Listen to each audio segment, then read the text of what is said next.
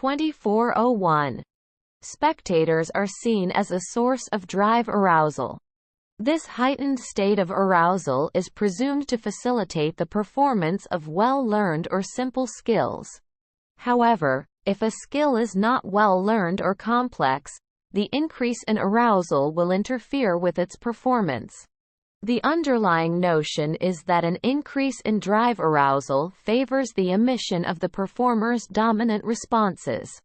In the case of a skilled performer, her dominant responses are presumed to be largely correct ones. Her performance stands to be improved with an audience present. In a case where the performer is still struggling to master a skill, incorrect responses are present in abundance and are thereby presumed to be dominant responses. As a consequence, onlookers can only worsen the performance of a beginner. Hence, the performer's level of skill and the complexity of the skill itself will determine whether an audience helps or hinders a performance.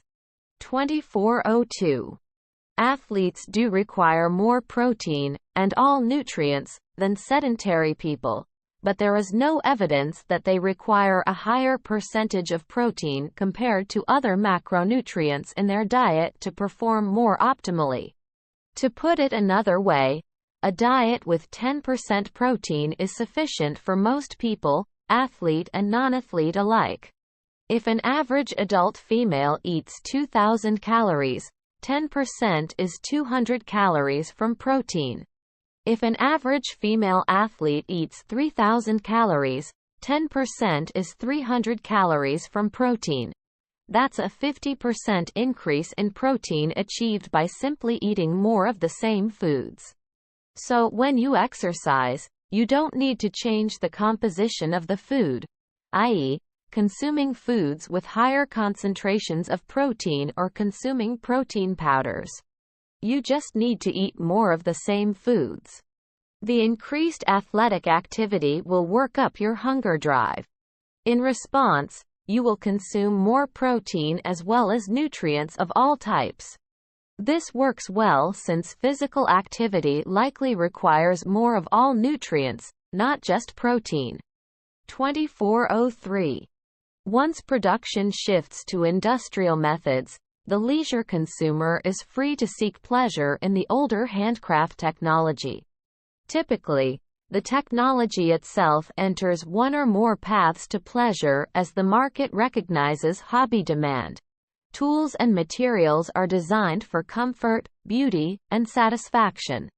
Both needlework tools and those of hobby woodworking have undergone this transition, to name only two of many possible examples. Fountain pens, considered obsolete as a production technology for writing, are selling at four-figure prices to people who simply enjoy the process of forming words with ink on paper and are willing to pay a premium for the pleasure.